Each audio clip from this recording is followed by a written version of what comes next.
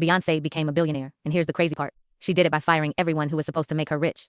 In 2010, she walked away from traditional management, cut ties with her own father, and told the entire music industry she was going it alone. Most people thought she was making a massive mistake. 15 years later, she earned $148 million in a single year and crossed into billionaire status. But the path wasn't perfect. She made some moves that cost her tens of millions and damaged her brand. Here's her 6 moves to see exactly what worked, what failed, and what you can apply to your own wealth-building strategy. 1. The move that changed everything, firing her father. Let's start with the decision that set everything in motion. In 2010, Beyonce was already a massive star, but here's what most people don't realize. Traditional management was taking 15 to 20% of her gross income right off the top. Concert promoters were grabbing another 10 to 15% before she even saw a dollar from a sold-out stadium tour. 30 to 35% was already gone. She looked at that math and made a brutal calculation. She fired her father, Matthew Knowles, who had managed her since she was a teenager, and founded Parkwood Entertainment. This wasn't some vanity project. She brought the entire corporate infrastructure in-house: tours, promotion, merchandise, creative production, everything. When she went on tour after that, she kept the money that used to go to outside firms. And here's the result. Her Cowboy Carter tours in 2025 had only 32 shows, not 100 stops like most artists. Just 32 shows in 9 cities. It grossed over $450 million. Because she controlled everything, her profit margins looked more like a Silicon Valley tech company than a touring musician. Traditional touring artists lose massive chunks to promoters and logistics firms. Beyonce kept it. The lesson here: understand where your money actually goes. If you're building wealth, you need to know what percentage gets eaten by middlemen. Sometimes paying for expertise makes sense. Other times, you're funding someone else's retirement while limiting your own upside. 2. The smartest investment: owning her masters. Most artists, even successful ones, don't own their work. They get advances from labels, which sounds great until you realize you're basically getting a loan against your future earnings. The label owns the master recordings, controls the licensing, and keeps the bulk of streaming revenue forever. Beyonce structured her deals differently. She maintained ownership and used record labels for distribution only. When her music streams on Spotify, when it gets licensed for commercials, when it plays in a movie, she's the one collecting. That catalog generates passive income every single day without her doing anything. If you want to build real wealth, this is the model. Create assets you own that generate revenue without trading your time. It doesn't have to be music. It could be real estate, a business, digital products, royalties from anything you create. The key is ownership. 3. The big failure: Ivy Park's collapse. Now let's talk about what didn't work, because this is where the real lessons are.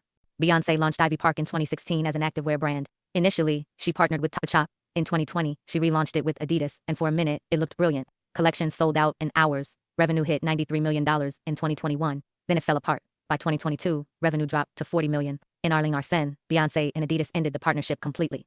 The brand is essentially dead. So what happened? The market was already saturated. You had Lululemon, Nike, Athleta, Fabletics, and a dozen other brands fighting for the same customers. Beyonce's name got people to buy once, maybe twice, but without a unique product or compelling reason to keep coming back, the novelty wore off. Activewear is also brutally competitive on price and quality. Celebrity endorsement can launch a product, but it can't sustain it if the fundamentals aren't there. The lesson: don't chase trends just because they're hot. Ivy Park launched right when celebrity athleisure was peaking, but that also meant she was late to a crowded market. If you're going to start a business or make an investment, you need a real competitive advantage, not just name recognition. 4. The smarter pivot: Secret and Sir Davis. Here is where Beyonce learned from that failure. In 2024, she launched 2 new brands: Secret Hair Care and Sir Davis Whiskey. Notice something different. These aren't commodities. Hair care for textured and natural hair has less competition than generic activewear. Whiskey, especially premium whiskey, with a cultural story attached, has better margins and brand loyalty. She partnered with Moët Hennessy for Sir Davis, which means she's leveraging their distribution and expertise instead of trying to build everything from scratch. This is smarter because she's playing in spaces where her personal brand actually matters and where the market isn't already oversaturated. She also named Sir Davis after her great-grandfather, which gives it authenticity that Ivy Park never had. The takeaway: when a business fails, don't give up on entrepreneurship. Learn what went wrong and adjust. Beyonce went from mass-market activewear to niche, premium products with better margins and less competition. That's how you build sustainable wealth. 5. The portfolio play: strategic investments.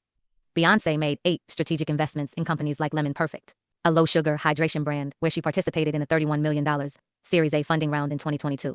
She also invested in K-Health, a healthcare technology platform, and several other startups. Here's what's smart about this: she's not betting everything on one horse. The investments are relatively small compared to her net worth, but they give her exposure to growth industries like health, tech, and wellness. If one of these companies becomes the next billion-dollar unicorn, she'll multiply her investment many times over. But she's also not going crazy. She's not launching 50 products or investing in every hot startup. She's selective. That's the move. Diversify, but don't over-diversify to the point where you can't pay attention to what you own. 6. The real estate empire. Beyonce and Jay-Z own a real estate portfolio worth $330 million. They bought a Malibu estate for $200 million in 2023. An $88 million Baylor Mansion, properties in the Hamptons. And a New York City penthouse with 3,000 square feet of private terrace. You might be thinking that's not relatable, and you're right, but the principle is, real estate has been one of the most reliable wealth-building tools for decades. It appreciates over time, generates rental income if you want it to, and provides tax advantages. You don't need $200 million to get started. You can start with a single rental property, a house hack where you live in one unit and rent out the others, or even REITs, if you want real estate exposure without being a landlord. The point is, Beyonce isn't just spending her money on luxury. She's parking it in assets that hold value and grow. Lastly, the Netflix deal. In 2025, Beyonce's Netflix special for her Cowboy Carter tour earned an estimated $60 million. That's on top of the $450 million from the tour itself. She's getting paid twice for the same work, once from ticket sales and once from streaming rights. This is the leverage move. You create something once and sell it in multiple formats. If you're building a business, think about how you can repackage your work. A consultant can turn client work into a course. A photographer can sell prints and license images. A writer can turn articles into a book. Beyonce turned a tour into a concert film and doubled her revenue. This is the leverage move. You create something once and sell it in multiple formats. If you're building a business, think about how you can repackage your work. A consultant can turn client work into a course. A photographer can sell prints and license images. A writer can turn articles into a book. Beyonce turned a tour into a concert film and doubled her revenue. Beyonce's path to billionaire status came from owning her assets, cutting out middlemen, learning from failures, and diversifying strategically. She didn't get there by accident. She made calculated moves, some of which failed hard, but she adjusted and kept building. So here's the question. What's one middleman in your financial life that you could cut out to keep more of what you earn? Drop your answer in the comments. And if you want more breakdowns of how the wealthy actually build and protect their money, hit that subscribe button. You're going to want to see what's coming next.